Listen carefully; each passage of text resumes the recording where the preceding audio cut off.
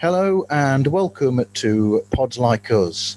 I'm Martin Quibell, known to my friends as Marv, and with me today is the Managing Director of Entertainment News Group Cinemablend and one of the three co-hosts of Reelblend, Sean O'Connell. How are you, Sean? I'm wonderful, sir. I'm so glad to be on the show. Thank you for having me. That's okay. Hopefully I introduced you okay there as it is an entertainment news group. Yeah. Oh, absolutely. Yeah. So Cinemablend's an entertainment website. We cover film and television.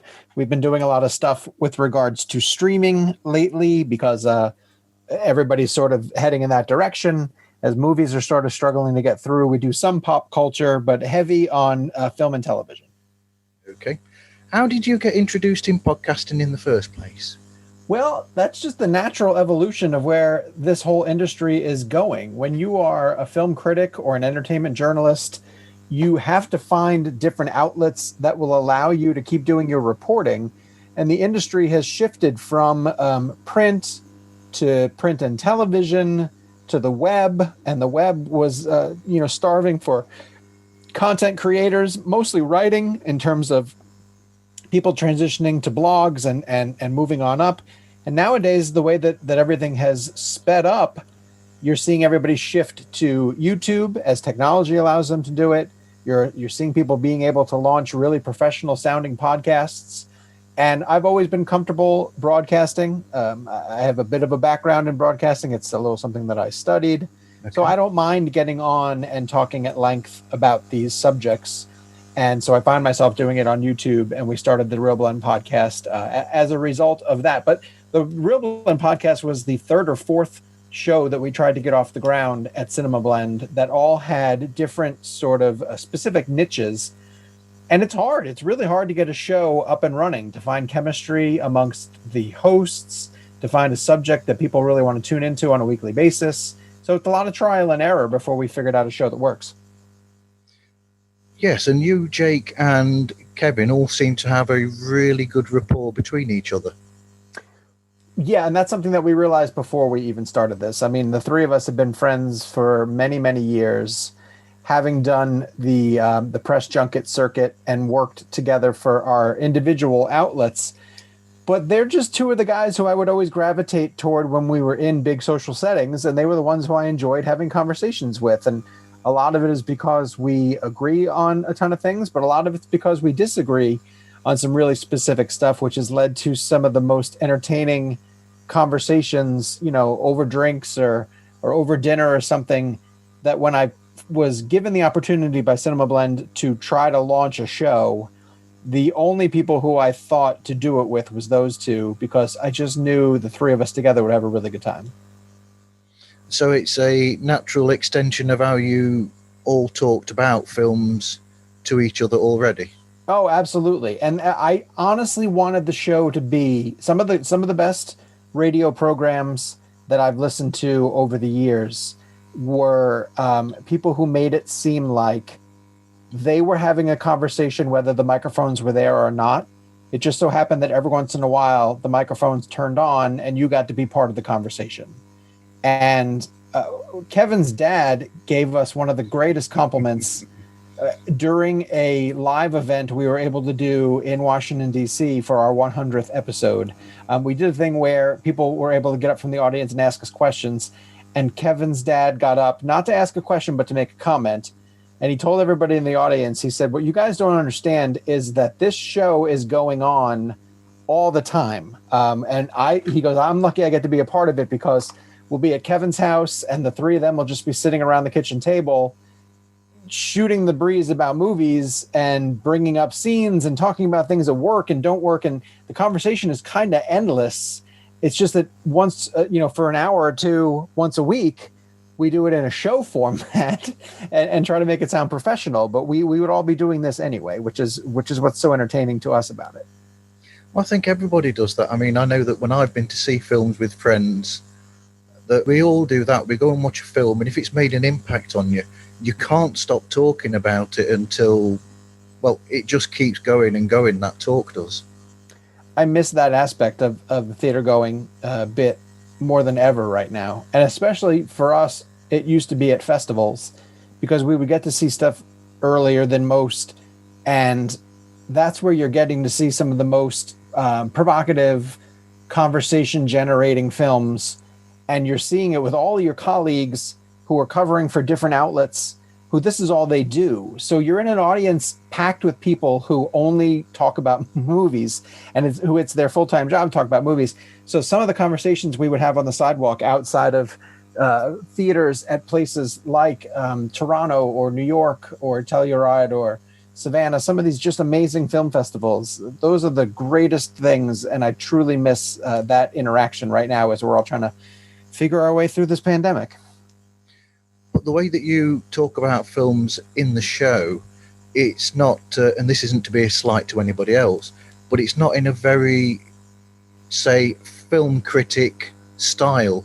It's a naturalistic style that you've all got when you talk about films between each other. Sure. And I don't know if this is a conscious decision that we ever made, but film criticism can be used as a tool to really tear things down. And that's productive. That can be productive, because you learn things that don't work and you figure out how to do it better the next time. But I think the three of us have come to terms with the fact that the more often than not, we want to celebrate on Reelblend the things that we enjoy and the things that are really moving us. So we end up spending way more time on something like the films of Christopher Nolan, or something that Damien Chazelle is working on, because they are, we did a ton on Invisible Man earlier this year because it was something that Lee Winnell really surprised us with. So instead of coming at it from a perspective of let's rip apart everything that doesn't work and be really negative, we've turned it into a podcast that is trying to be a celebration of cinema, and if it raises your awareness and encourages you to check out something that you wouldn't normally see or haven't yet caught up with, and then we can maybe bring you an interview with the director of that project. These are all things that we want to do to continue to boost the profile of really good films, because there's not enough time in the day out there now for all this negativity. We'd rather be a force for change and a force for good. Absolutely. So when it comes to the show structure, what is each person's role in getting the show put together? Sure. Gabe and I do a lot of it because we are employees of Cinemablend. Okay. The beauty of Kevin and Jake is that they are willing to do this every single week, but they are full-time employees at other outlets. So they are truly doing this on their own time. And because Gabe and I are full-time employees who are able to dedicate our resources to putting the show together, he and I are the ones who build an outline of the topics that we're going to discuss. And obviously, Kevin and Jake can weigh in on anything that they want to and make suggestions about topics that they want to do. And we have a running text chain that we are all in essentially every single day of the week. And so in there, we'll bounce out ideas of things we want to get to. We have certain staples of each show and try to follow a format. We have a news break, obviously. We tend to lead with an interview.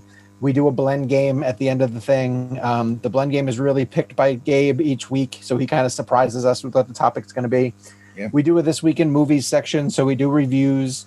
But then we have some flexibility to really go off on topics that we find pretty interesting. And so it is a, plan a day or two before we're getting together for everything, because we want to be as timely as we can. And we find that we get burned, if we record an episode and then huge news breaks after the fact. But that's essentially how the show gets put together. And the three of us are all, I think personally, so good at going off the cuff and just building off of each other that you can throw out a loose topic and it's easy for us to sort of riff on it for 10 minutes, 20 minutes. Okay. And when it comes to arranging guests, how do you arrange the guest and decide which guest to, well, it's probably a stupid question, which guest to actually ask to come onto the show? No, that's not a dumb question at all. A lot of it's driven by what films are coming and who we might be able to get access to. And the three of us have been lucky enough to have been plugged into the Hollywood interview circuit for a long period of time. So we're on the lists to get invitations to speak to different people. But over the 3 years that we've been doing the show now at this point, studios have gotten used to Reelblend being a viable outlet to bring their directors to. So they'll come to us and they'll say, hey, we also want to offer up this person. Are they available for the show? Do you want to take them? And more often than not, we're saying yes to just about everybody. But they also know that we stand out as a director's podcast. And so they're okay bringing filmmakers around because we're going to talk about craft with them and we're going to get into the behind the scenes of their movies. It's a lot of emails. It's just honestly a lot of emails. It's a lot of reaching out. In the early days, it was a lot of proving what the show was going to be. But I think we're over that hump that enough of the people that we would work with to recruit talent knows the show. Sometimes you still have to send them statistics. Sometimes you still have to send them, hey, who were some of your previous guests? But, and again, I don't want to sound pretentious in the least bit or to brag too much on the show, but when we put together our previous guests, including Christopher Nolan, Damien Chazelle, and Quentin Tarantino, that opens up a lot of doors for when we want to get other guests on the show. So we are absolutely capitalizing on the early successes that we've had to continue to get some of the most exciting filmmakers working today. And that's our goal. That's our goal every single week, is just to keep pushing to get some of the coolest people on. The episode dropping today is Julie Taymor, who directed The Glorias with Alicia Vikander and Julianne Moore. It's just a genius. She's a genius. I mean, she reinvented The Lion King for the Broadway stage and won Tonys for it. Obviously, I thought did an incredible job interpreting the catalog of the Beatles for Across the Universe. The Glorias was fantastic. Again, much better than I anticipated it to be, and I should have known with her at the helm. And then she just ended up being a terrific interview. So, yeah, we're thrilled. We're thrilled each week to be able to get to speak to some of the most inspiring filmmakers working in the industry today. So with that in mind, who are your dream guests? I mean, my bucket list ones would have to remain. I want to get Fincher so bad. And he has Mank coming out. And the only thing about Fincher is that I think he's a tough interview. You have to really bring your A game, but I somewhat trust in our ability to connect with him. I think the three of us would convince him that this is a good show to come on. Spielberg would be a dream. Obviously, I'm not quite sure if he's ever going to do a podcast. He doesn't have to by any stretch. I can say that we got really close to getting Martin Scorsese for The Irishman. We'd been told repeatedly that he was going to do it, and then it just never happened for schedule reasons. So those three still stand out as the big ones. And I would like to get George Clooney. He'd be a great storyteller, and I'm sure I think he's directing a film sometime soon. The Coen brothers, God, the Coens would be amazing. It's just some of these filmmakers who we really idolize. I don't think that they do podcasts. They so rarely do press, and then even if they do press, they go with such traditional outlets as print or television. So the need to convince them to spend a few minutes talking long form on a podcast is it's a challenge, but they're getting more and more accustomed to being asked to do podcasts. And then if it's a director, there are precious few film podcasts out there that focus so heavily on a director. And so I think that gives us the upper hand. What shows of yours that you've done already really stand out to you in the show's history? Yeah, Tarantino has to be up there. But the first Tarantino to me was the most amazing one. It was shorter. We got 20 minutes with him, but it's one of those ones where we would make jokes all the time. We would say to each other, like, he's going to love us. And if he actually loves us, like, he's going to become a friend of the show. And it was a way for us to sort of like pump ourselves up. But then it happened. Like, then he legitimately had such a good time and said to us, like, we got to do this again, sort of thing. And then he did it again. And so the second time was incredible because he did 2.5 hours with us. Yep. And it was way more casual and it was way more of a hang. And he honestly came in and felt like a friend who was just sitting in for a talk session as opposed to an interview. So that one's really special, but I still credit the first one because in the first one, I think that's when we kind of won him over. There's a bunch of other examples too. Like Damien Chazelle was terrific. There's certain people who you just know that they are such film geeks that they're going to connect with you.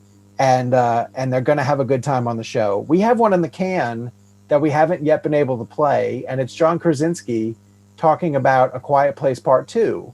But because that movie keeps getting pushed back and pushed back, we haven't been able to run it yet. But something happens in the Krasinski interview that we take a lot of pride in when it happens during our interviews, which is the person is very much usually in guarded junket mode, where they are just going to give standard answers and they're going to give, quick responses.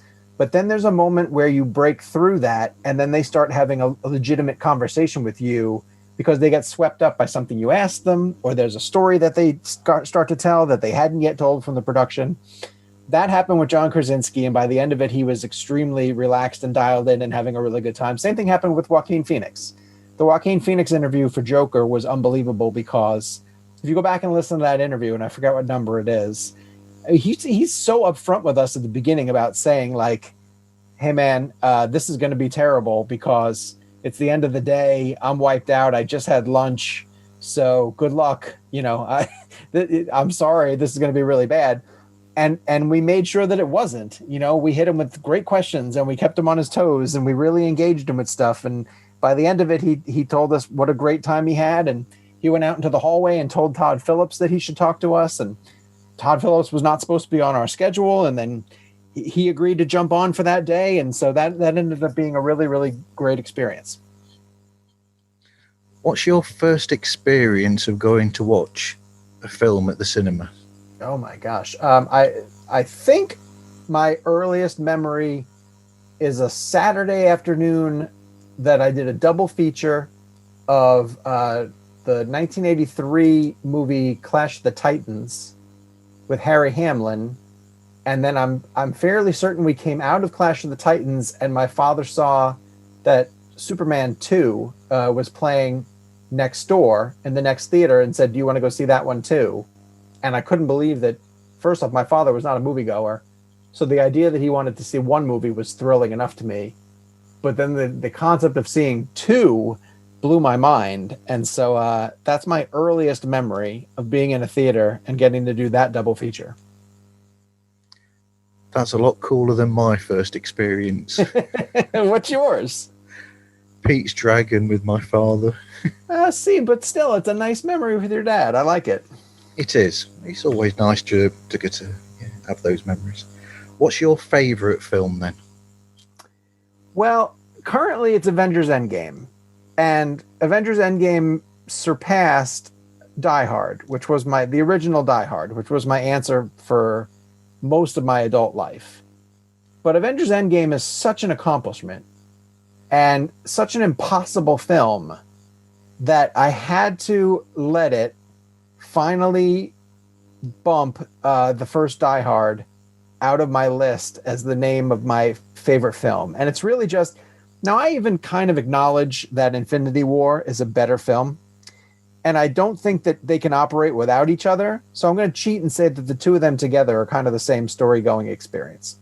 But Endgame has the final battle, which to me remains and will remain for, I assume, a very, very long time, one of the most, thrilling and memorable movie-going experiences, which is just, the portals scene and seeing that with an audience and just being so dialed in and everybody having such the most amazing time.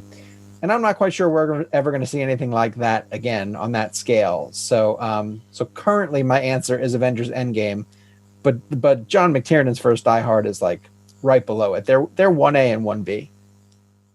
They are. And Avengers Endgame as well. They had it all against them, didn't they? It seemed that way because they had to end all of that lead up from all those films that had come beforehand. Oh, it's impossible. There's no way that movie should exist. Like, when people ask me why I love Endgame, I say because there's a moment in that movie where Captain America throws Thor's hammer so that Spider-Man can grab onto it and land on the back of Valkyrie's horse as Gwyneth Paltrow in Iron Man armor battles, things that are flying around Spider-Man. And all of it makes sense in context. Like, that exists in a movie and it's real, and all those people are there for reasons because they built up to it, and it just shouldn't be, but it is, and I love it. I love everything about it. What's your go-to genre of film? It's definitely right now the comic book movie. I just think I think we're in the golden age of superhero movies, whether it be Marvel or DC.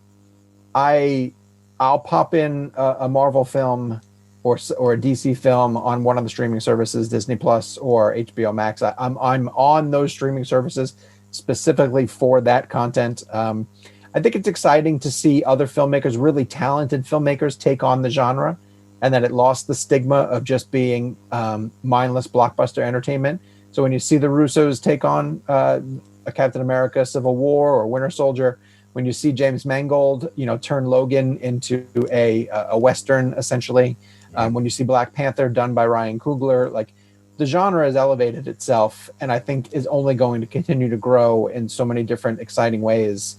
So we've been doing this for 20 years now, the superhero genre, when you think about it. X-Men was 2000. The first Spider-Man was right around that time, the Sam Raimi one. That's kind of when all this stuff really kicked off. Even though we had plenty of superhero movies before that, I'd say that this era of studios and creators taking all that very seriously has been in this swing for about 20 years. And I think we could easily get another 20 years out of it with the way that DC, Marvel, and then some of the smaller variants are starting to explore different ways to bring characters to the big screen. Are there any films that you think have been overlooked, or films that aren't known to many people that you think people should see? Oh my God, countless ones. Sure. Anything that comes through the film festival circuit that doesn't find its audience because it can't find its way into theaters. Listen, I know I just celebrated the comic book franchise, but the way that studios treat big screen IPs forces mid-tier and independent films out of the ability that they once had to get onto a movie screen and get in front of different people. So you would see movies like Booksmart, Olivia Wilde's film, or the great coming-of-age movie Eighth Grade, that Bo Burnham put out recently, that have to really ride on word of mouth because they don't get a chance to run in a movie theater for a couple of weeks the way that they used to. Nowadays, it's really hard because with theaters being closed, so many things are trying to make a dent on streaming. They finally got the Bill and Ted franchise back off the ground, and that poor movie didn't even get a chance to have its theatrical run. Now, it did pretty well on streaming, but there's no way that it had the impact that it should have had if we were still in a normal time. So I do seriously feel bad for that, I call them B-level and C-level, not for quality's sake, but for budget and marketing, that they can't get themselves in front of eyeballs and they have to rely on going to an Amazon Prime or a Hulu, like Palm Springs, the Andy Samberg movie that came to Palm Springs. That should be one of the most talked about films of the year. And it has some buzz, but the fact that it went to Hulu means that it didn't have the huge splash that it would have had with theatrical distribution. And that's just the state of the industry right now. Yeah, it's a difficult thing at the moment because the industry are having to decide which films to wait for and which films to put on there. And it's really difficult for filmmakers, like you said. Well, of course, what are they going to invest in? The new James Bond or the next Mission Impossible, or, a quirky time travel comedy starring one of the guys who used to be on Saturday Night Live? I understand where they're going to put their marketing dollars, and I understand where they're going to try to get more return for their buck. But it often means that a really quality, odd and quirky and offbeat story flies under the radar. What advice would you give to anybody wanting to start off in entertainment journalism? That's really difficult. That's a difficult question. There's a lot of outlets out there, but they're not getting the access that you need to almost hang on. And you're even seeing really strong sites with really quality writers struggling to get by to earn advertisement. It's not that easy to get advertisement for websites the way that you used to be able to. What I would say is you have to get in the habit of writing every single day. It's not something that you can just treat casually.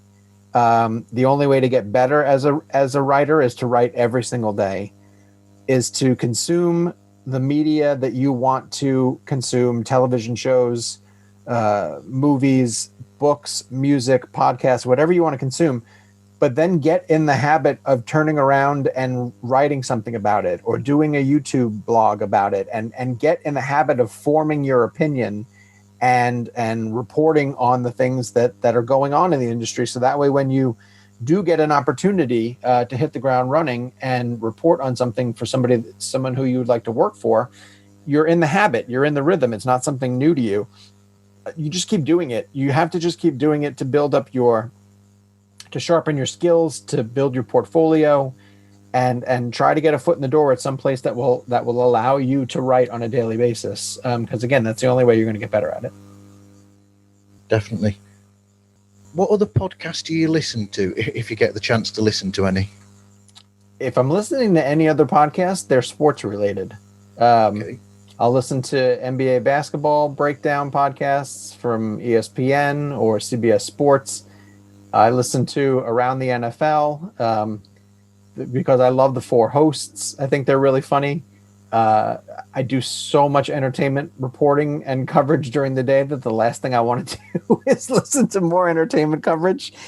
So I deflect into sports and go down that route. I'm preparing for the NBA draft is coming up right before Thanksgiving, and I've been listening to so many podcasts of people doing mock drafts for that. So, yeah, that's my escape. My escape is into professional sports. Okay. Finally, because I know you're short on time, what advice would you give to anybody wanting to start out in podcasting? It's very similar to what I said with journalism, is just start doing it. There's so many podcasts, and it's tough to break through. But the ones that are going to connect with audiences are ones that have something unique about them. You like the hosts. You like the way that they discuss what you enjoy. Keep at it for a little while. Don't give up on it right away. Okay. It's hard to break through, and it might take some time. But the good news is, the more that you do it, the more you're building up an archive of old shows, so that when people find you, we hear from people all the time who will find Reelblend and say, gosh, I had no idea you guys were even doing this. I love this show. Where have you been this whole time? And we're like, we've been here for 3 years. But then they love the ability to go back through. I think we're up to episode number 137 this past week. So that gives them a huge archive of shows to be able to go back through and catch up with us and learn more about the hosts. So there's value to even doing it, even if you feel like right now no one's listening. So stick with it. Build up that archive. Get better at doing the show. You'll feel yourself getting better, talking about different things, figuring out your format, honing in on what you want your topics to be. All of that stuff comes in time, and there's no way that you're going to be good at it right away. God, if I go back and listen to our earliest episodes, I think they're unlistenable. So you'll only get better as you keep doing it. But you have to start. You can't keep saying like, boy, one day I'm going to start just start it. Just start it and figure it out as you're moving forward. Learn on the job, and your audience hopefully will find you and will grow. That is great advice. Thank you, Sean. That's fantastic. Thank you. My pleasure. That's okay. So how can people get hold of you and find you online? So Cinemablend is the name of the website, Cinemablend. I'm on Twitter, Sean_O'Connell. It's SEAN. Reelblend is the name of the podcast. We have our own Twitter feed, Reelblend, REELBLEND. And you can follow us at all of those different locations. We're posting the podcast there on a regular basis. The show is on YouTube, so we have a visual element to it, which is very fun for when we have our guests. Because most of them recently have been allowing us to include the video of our conversations with them. So head to YouTube, search for Reelblend Podcast, and give us a subscribe. So we're kind of all over the place, and I credit Gabe for that for sure, our producer, because he does an amazing job of uploading all of that stuff, sharing it all on social media. He's a whiz at that stuff, and we'd be lost without the work that he does. Okay, thank you very much for talking to me, Sean. Anytime. I really appreciate the invitation. Thank you. And thank you, everybody, for listening, and I hope to catch you next time on another episode of Pods Like Us.